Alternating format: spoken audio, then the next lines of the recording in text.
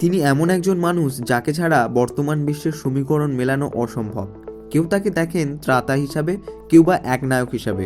লেনিনগ্রাদের সাধারণ এক ছেলে থেকে বিশ্বের অন্যতম ক্ষমতাধর ব্যক্তিতে পরিণত হওয়ার গল্পটি কোনো সিনেমার চেয়ে কম নয়। তিনি হলেন পুতিন। তিনি জন্মগ্রহণ করেছিলেন 1952 খ্রিস্টাব্দের 7ই অক্টোবর লেনিনগ্রাদ, যেটি বর্তমানে সেন্ট পিটার্সবার্গ। অত্যন্ত সাধারণ পরিবার, একটি ছোট অ্যাপার্টমেন্টে 3টি পরিবার মিলে থাকত। সেখানে ইঁদুরের উপদ্রব ছিল প্রচণ্ড।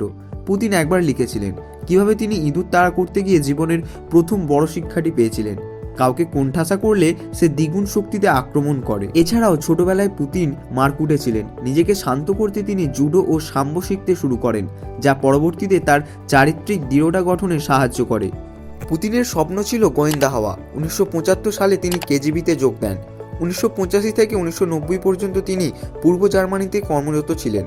বার্লিন দেয়ালের পতন এবং সোভিয়েত ইউনিয়নের ভাঙন তাকে গভীরভাবে মর্মাহত করেছিল। তিনি দেখেছিলেন কিভাবে একটি শক্তিশালী রাষ্ট্র মুহূর্তের মধ্যে বিশৃঙ্খলার মধ্যে পড়ে যায়। 1990-এর দশকে রাজনীতিতে প্রবেশ করেন পুতিন। সেন্ট পিটার্সবার্গের মেয়রের অধীনে কাজ শুরু। 1999 সালে তৎকালীন প্রেসিডেন্ট বরিস ইয়েলৎসিন তাকে প্রধানমন্ত্রী নিযুক্ত করেন।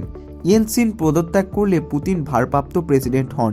তার শান্ত কিন্তু কঠোর ইমেজ রুশ জনগণের মনে আশা জাগায়। পুতিনের জীবনযাত্রা নিয়ে বিশ্বজুড়ে নানা জল্পনা রয়েছে। পুতিন অনেক রাত পর্যন্ত জেগে কাজ করেন, সকালে অনেক দেরিতে নাস্তা করেন এবং প্রতিদিন কয়েক ঘন্টা সাঁতার কাটেন। তিনি ফিটনেসের ব্যাপারে অত্যন্ত সচেতন। তিনি খুব সাধারণ খাবার পছন্দ করেন, কফি নয় বরং ভেষজ চা পান করতে ভালোবাসেন। আইস হকি খেলা, ঘোড়ায় চড়া এবং সাইবেরিয়ার পাহাড়ে মাছ ধরা তাকে প্রায় মাচোম্যান ইমেজ দেখা যায়।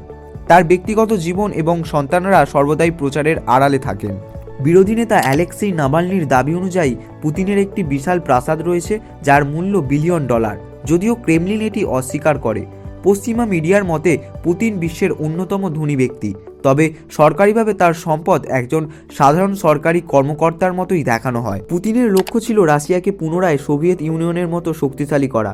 চেচনিয়া যুদ্ধ, জর্জিয়া অভিযান এবং 2014 সালে ক্রিমিয়া দখল তার সেই আকাঙ্ক্ষার প্রমাণ।